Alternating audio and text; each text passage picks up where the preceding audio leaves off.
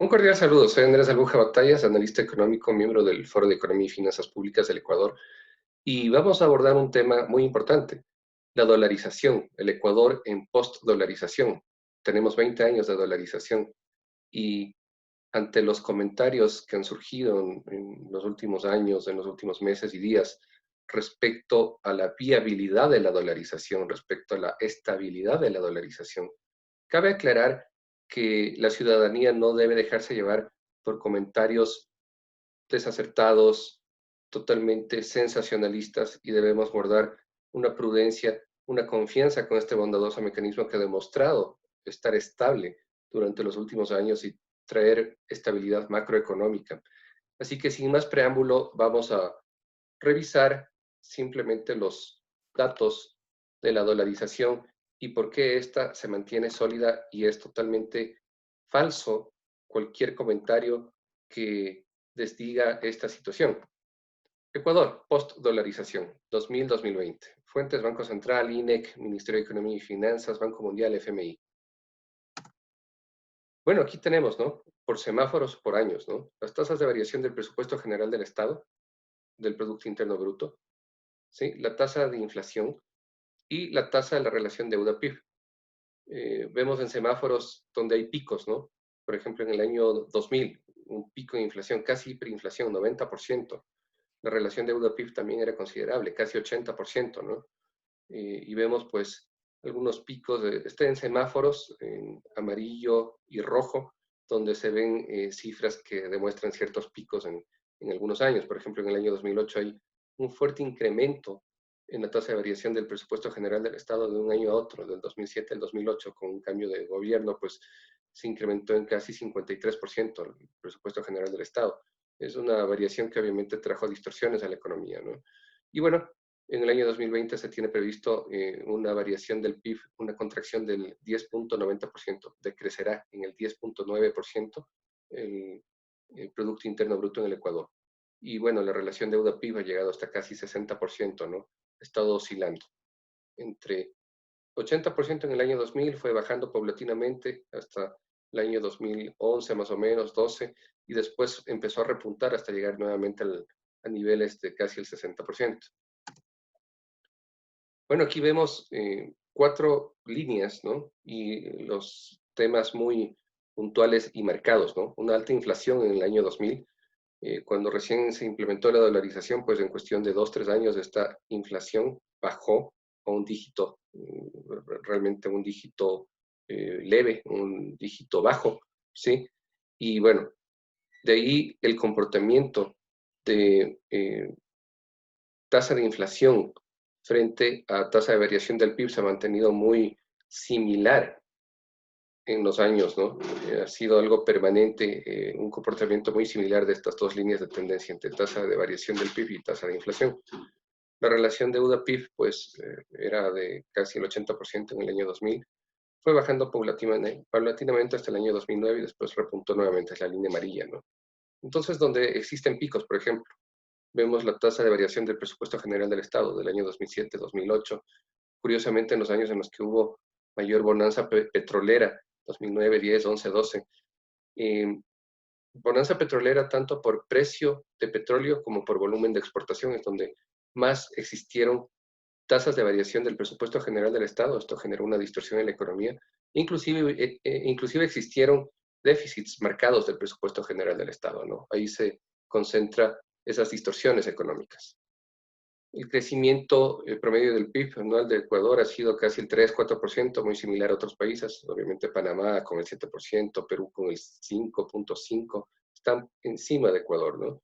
Ahora, si analizamos, por ejemplo, el indicador de reservas como porcentaje de deuda externa, Ecuador tiene bajas, ¿no? No llega ni al 20%, es decir, que por cada dólar de deuda externa no tenemos ni 20 centavos de reservas, ¿no? Eso en el promedio, ¿no?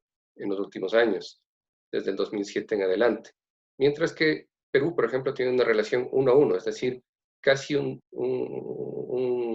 unidad monetaria de reserva frente a una unidad monetaria de deuda externa, ¿no? Mientras la relación en América Latina y el Caribe ha sido casi el 50%. Balanza comercial como porcentaje del PIB, Ecuador ha tenido deficitaria al igual que Colombia. Chile, por ejemplo, tiene superavitaria. Y bueno, inversión extranjera directa, entrada neta de capital como porcentaje del PIB, Ecuador es bajísimo, 0.8%, mientras el promedio, sí, en América Latina y el Caribe llega a ser el 3%, ¿no? Y en otros países, en Perú, casi el 5%, estamos hablando de Colombia, casi el 4%. Entonces ahí nos llevan ventaja estos países, ¿no? Sin embargo, el tema monetario nos ha traído estabilidad macroeconómica en la inflación. Se ha logrado controlar la inflación. Crédito interno al sector privado como porcentaje del PIB en Ecuador es bajito también. Aquí debe mejorar el sistema financiero con mejores tasas de interés, mejores costos de servicios financieros, con mayor predisposición para la entrega de crédito al sector privado como porcentaje del PIB, ¿no? Está por debajo del promedio de la región. La masa monetaria como porcentaje del PIB, Ecuador también está por debajo del promedio de la región. Ahí tenemos cómo mejorar. Sin embargo, no es un problema del dólar, sino netamente del sistema financiero y de la estructura en sí, de hacerla más competitiva. Ese es el punto. Inflación promedio. Ecuador ha tenido una inflación de 4%, ha estado en semáforo amarillo, se puede decir. No se ha logrado controlar después de haber tenido inflaciones muy altas, casi ya de hiperinflación en el año 99-2000, que llegó casi al 100% de esa inflación, ¿no? La recaudación impositiva como porcentaje del PIB por series de tiempo del 2000 al 2006 y del 2007 al 2016. Ecuador es donde más creció la carga tributaria en América Latina y el Caribe, 2.6% del PIB, mientras que en América Latina y el Caribe 0.8%. Esto nos hace menos competitivos. Servicio de deuda pública como porcentaje del PIB, un promedio del año 2000 al 2019. Ecuador es donde existe un más alto porcentaje, estamos hablando de casi el 8%, ¿no? Una alta carga de servicio de deuda pública como porcentaje del PIB, ¿no? Esto promediando casi los 20 años de dolarización, tenemos un promedio de 8%. Nos sigue Argentina con 5.5 y Brasil y Colombia. 5.2 es el promedio de América Latina y México con 4.9%. Bueno, en resumen, Ecuador tiene alta carga en servicio de deuda como porcentaje del PIB, es la más alta carga en América Latina. ¿Y qué puede hacer Ecuador? Pues renegociar deuda, ¿sí? Sin realizar prepagos innecesarios que estresan la liquidez, sin comprometer garantías en condiciones lesivas para el Estado, con exceso de cobertura y sin colateralizar, por ejemplo, con petróleo o con oro. Se debe recortar gasto público, corriente, sueldos, subsidios, etcétera. Y bueno, se debe generar una política económica de crecimiento económico, que eso es lo que ha sido el gran talón de Aquiles de Ecuador en los últimos años. Reservas mínimas de liquidez y coeficiente de liquidez doméstica. Las reservas mínimas de liquidez establecen un porcentaje de las captaciones que las entidades financieras deben mantener en recursos líquidos, ¿no? En la economía, mientras el coeficiente de liquidez doméstica es una proporción de la liquidez local sobre la liquidez total, y el porcentaje mínimo de la liquidez que las entidades financieras deben mantener en el país es del 60%. Esto sirve para la sostenibilidad de la dolarización. ¿Qué ha pasado? ¿Cuál ha sido el comportamiento? Que la liquidez doméstica desde el año 2006 hasta el año 2018 aproximadamente, sí, ha tenido un comportamiento variable, ¿no? Ha ido incrementándose la liquidez doméstica para llegar hasta casi un 70% del total del cómputo que se realiza, ¿no? Mientras el 30% restante es liquidez en el exterior. Esto pues se puede fortalecer, el coeficiente de liquidez doméstica se podría llegar hasta un 80% paulatinamente, es decir que 4 de cada 5 dólares estén circulando en la liquidez doméstica. Ahí se puede fortalecer también la dolarización. Y bueno, las conclusiones. El problema no es el dólar. No existe crisis monetaria en absoluto. El dólar ha traído estabilidad macroeconómica, control de inflación, se ha evitado perder el valor adquisitivo, ¿no? La oportunidad es una integración monetaria, una dolarización regional a través del la CAN, Mercosur, Alianza del Pacífico, y por qué no, a través del continente americano en general, para tener mejores posibilidades de negociación como bloque frente a la Unión Europea, frente a Asia. Una recomendación para Ecuador puede ser subir el coeficiente de liquidez doméstica del 60% al 80%. Actualmente las instituciones mantienen casi en 70% esta relación. Puede subir al 80% y eso le daría más liquidez doméstica a la economía, para más circulante en la economía, para que eso dinamice, ¿no? Se debe generar confianza en la economía de la confianza para que exista mayor inversión extranjera directa, mayor inversión local. Otro talón de Aquiles de Ecuador es los altos impuestos, las altas tasas de interés, los altos costos de servicios financieros. Ahí Ecuador puede mejorar muchísimo, haciéndolo más competitivo. ¿Y cómo? Atrayendo a la banca extranjera, pero esto es a largo plazo, no es de la noche a la mañana, esto es generando confianza para la inversión extranjera, ¿no? Hay que mejorar el desempeño en sectores real, externo, finanzas públicas, ¿sí? En el sector financiero también, en el sistema financiero, con políticas más amigables, tasas de interés más razonables y que no sean de las más altas en Latinoamérica.